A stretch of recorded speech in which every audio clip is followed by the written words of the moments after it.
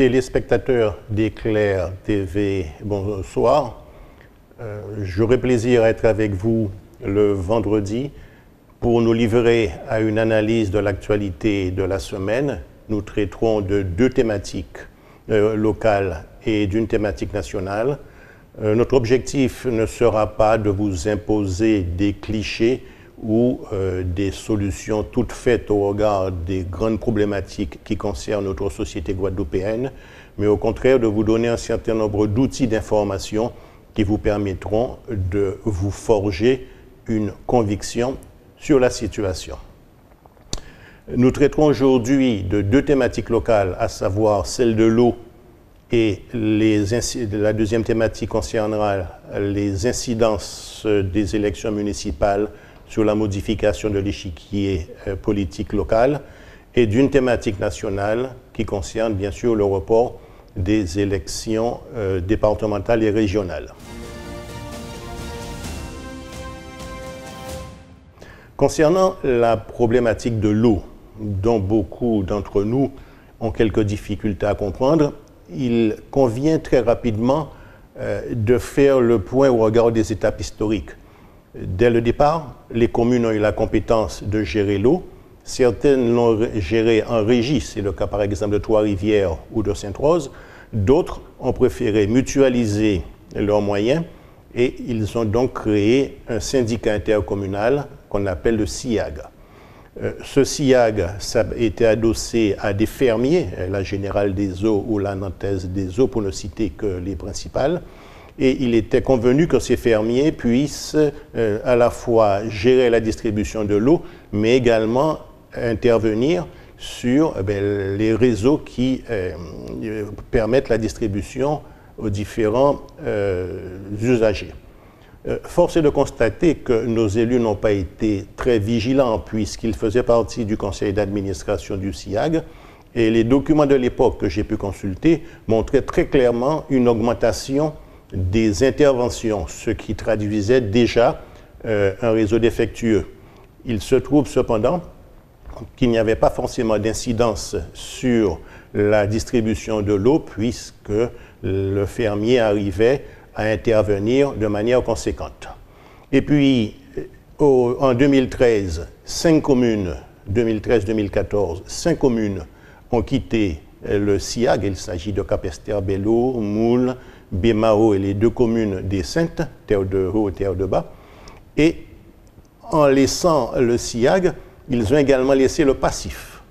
Ce qui veut dire qu'actuellement, le SIAG s'est trouvé dans une situation financière telle qu'il a été dans l'impossibilité de pouvoir assumer les responsabilités de services publics qui lui avaient été attribuées, en particulier la distribution de l'eau. Et vous avez pu constater que depuis 2009, les problématiques liées aux coupures d'eau se sont multipliées. En fait, quelle est la situation et pourquoi les élus ne sont pas tombés d'accord? C'est qu'en quittant le SIAG, les 5 communes que j'ai notées l'ont laissé avec le passif, alors qu'elles étaient membres et que par conséquent, elles devaient également assumer le passif. Donc, première différence, pourquoi laisser la responsabilité aux autres par le simple fait qu'on soit sorti? Deuxième grande problématique, ce sont les dettes et les créances du SIAG. Actuellement, 37 millions de dettes et 61 millions de créances. La grande problématique, c'est que certaines entités, c'est par exemple le cas de Cap Excellence ou de la communauté d'agglomération du Sud-Basse-Terre, dénient, en tout cas ne reconnaissent pas les sommes qui leur sont réclamées. Face à autant d'atermoiements, l'État a pris la main, il faut dire les choses telles qu'elles sont, puisqu'il y a eu un arrêté, un décret ministériel qui a dissous le SIAG après avis du Conseil d'État, et le préfet, comme le prévoit le Code général des collectivités territoriales, le préfet le 6 mai 2020 a pris un arrêté dans lequel il a réparti le passif du SIAG entre les différentes communes, y compris celles qu'il avait quittées en 2013-2014. Par exemple, Bémao a vu, à la suite de cet arrêté, lui attribuer une dette de près de 11 millions et Capesterre-le-Moule, près de 9 millions. On est donc dans une situation où, face aux difficultés de nos élus de pouvoir gérer la situation, eh bien, l'État a tout simplement repris la main et a même fait injonction de créer la structure unique, faute de quoi, vraisemblablement, l'État reprendra la main. Les élus essaient de contourner cette mainmise de l'État qui, en plus de leur imposer de recevoir le personnel et le passif, a eu une réquisition. Cette réquisition lui permet de pouvoir donc intervenir en lieu et place des collectivités territoriales qui sont jugées comme étant défaillantes. Et se pose également la grande problématique qui est celle du personnel, puisque dans la structure unique à venir, si l'État participe, de toute façon, il va imposer son modèle économique.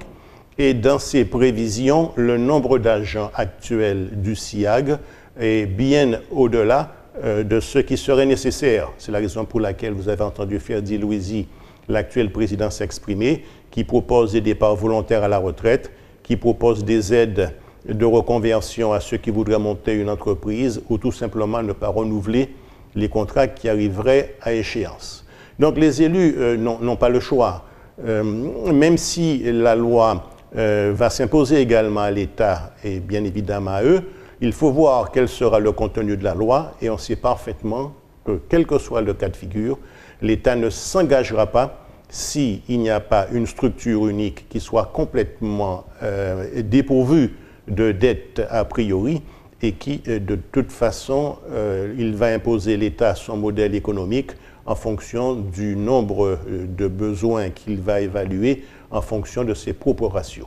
Donc la thématique de l'eau et la problématique n'est pas encore terminée puisqu'il risque d'y avoir des rebondissements. Suivons déjà quel sera le contenu de la proposition de loi qui sortira, en tout cas qui sera validée et qui sera érigée en loi.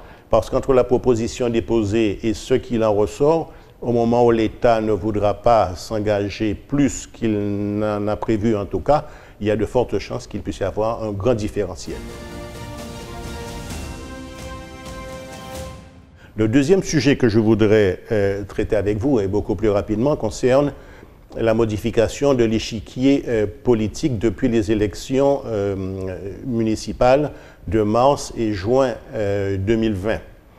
Actuellement, à la Guadeloupe, quand on fait une analyse multicritère et qu'on prend les 3 critères principaux, à savoir lorsqu'il s'agit de partis, son ancrage territorial, l'équation, deuxième critère, l'équation personnelle du candidat, et troisième critère, la popularité, en tout cas, les stratégies des électeurs, qu'ils soient méfiants ou défiants. Mais quand on prend ces 3 critères, on constate que c'est créé une enclave socialiste sur la Basse-Terre, avec Basse-Terre, Baïf, Saint-Claude, Terre-de-Haut. C'est certainement le GUSR de Guy Losbar, Guadeloupe Unie, solidaire et responsable, qui est le grand gagnant de ces élections, puisque bien qu'ayant perdu le gosier, le GUSR a gagné à Basse-Terre, Trois-Rivières, Capesterre-Bello, Gaubert, et pas moins de 2 communes en Grande Terre, je pense à Morne-à-l'Eau et à Saint-François. Donc, sur le plan de l'ancrage territorial, c'est celui qui s'est le plus implanté.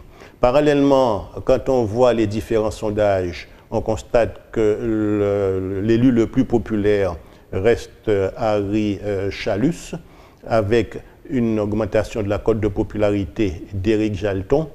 Et donc, on est dans une situation actuelle au niveau des élections régionales en particulier, puisque c'est la collectivité majeure la plus importante, où aucune des forces en présence n'est en mesure de pouvoir à elle seule remporter l'élection.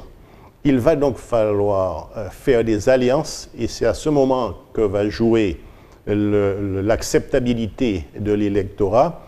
Certaines alliances paraîtront naturelles, d'autres risquent de paraître contre nature.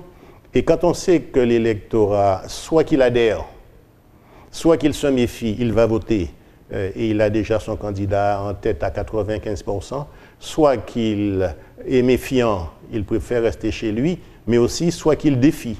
Et il n'hésite pas, lorsqu'il défie, à voter pour des candidats qu'on pourrait qualifier d'iconoclastes, c'est-à-dire qui ne sont pas conformes à la tradition. Je pense en particulier à Cédric Cornet, qui a une approche très particulière de la réalité politique. Eh bien, l'électorat peut fort bien, à un moment donné, et on l'a vu avec Gérard Lauriette ou voire même Ibo Simon, tout simplement voter par défi pour un candidat qui n'est pas conforme aux symboles et aux normes politiques, mais qui, dans tous les cas, est à même à recevoir le mécontentement. Le projet de loi qui vise à reporter les élections départementales et régionales a été adopté par le Sénat. A priori, il devrait également l'être par l'Assemblée nationale, avec la seule différence qu'il est bien prévu dans ce projet de loi, qui du reste s'inspire du rapport de Jean-Louis Debré, que l'on peut consulter d'ailleurs sur le net. Et ce projet de loi prévoit que le 15 avril au plus tard, le Conseil scientifique rende une analyse de la situation pour savoir dans quelle mesure la convocation des électeurs au mois de juin serait pertinente. Sachant que cette convocation doit intervenir 6 semaines avant et par décret. Donc en fait, les élections pour le mois de juin, c'est une projection, mais qui est fortement conditionnée par la situation, de l'évolution de la situation sanitaire. Dans tous les cas, il faudra s'attendre à une campagne particulière. D'abord parce que je vous rappelle que s'agissant des élections départementales, l'élection ne peut être acquise qu'à la double condition qu'il faille 25% des électeurs inscrits, donc votants, et d'autre part que le candidat puisse avoir bien sûr la majorité absolue. Si ces deux conditions sur un candidat ne sont pas réunies, le candidat est contraint à un deuxième tour. Or, on l'a vu lors du vote, y compris de mars et même de juin 2020, beaucoup d'élus n'ont pas obtenu les 25%, alors que ce n'est pas obligatoire pour les municipales. Mais ça traduit quand même une limite dans la légitimité politique. Quand on est maire élu avec moins de 25% des inscrits, ça veut dire que dans d'autres élections, on n'aurait pas été élu. Et c'est vrai que le gouvernement sera très attaché à ne pas se retrouver dans un imbroglio qui ferait qu'un certain nombre d'élus, en tout cas pour ce qui concerne les élections départementales, ne puissent pas, dès le premier tour, bénéficier justement de ces 25% qui sont nécessaires. Voilà, chers téléspectateurs, le tour d'horizon qu'on pourrait faire. Nous nous retrouverons donc vendredi prochain. J'ai eu plaisir à être avec vous. Que la nuit vous soit douce.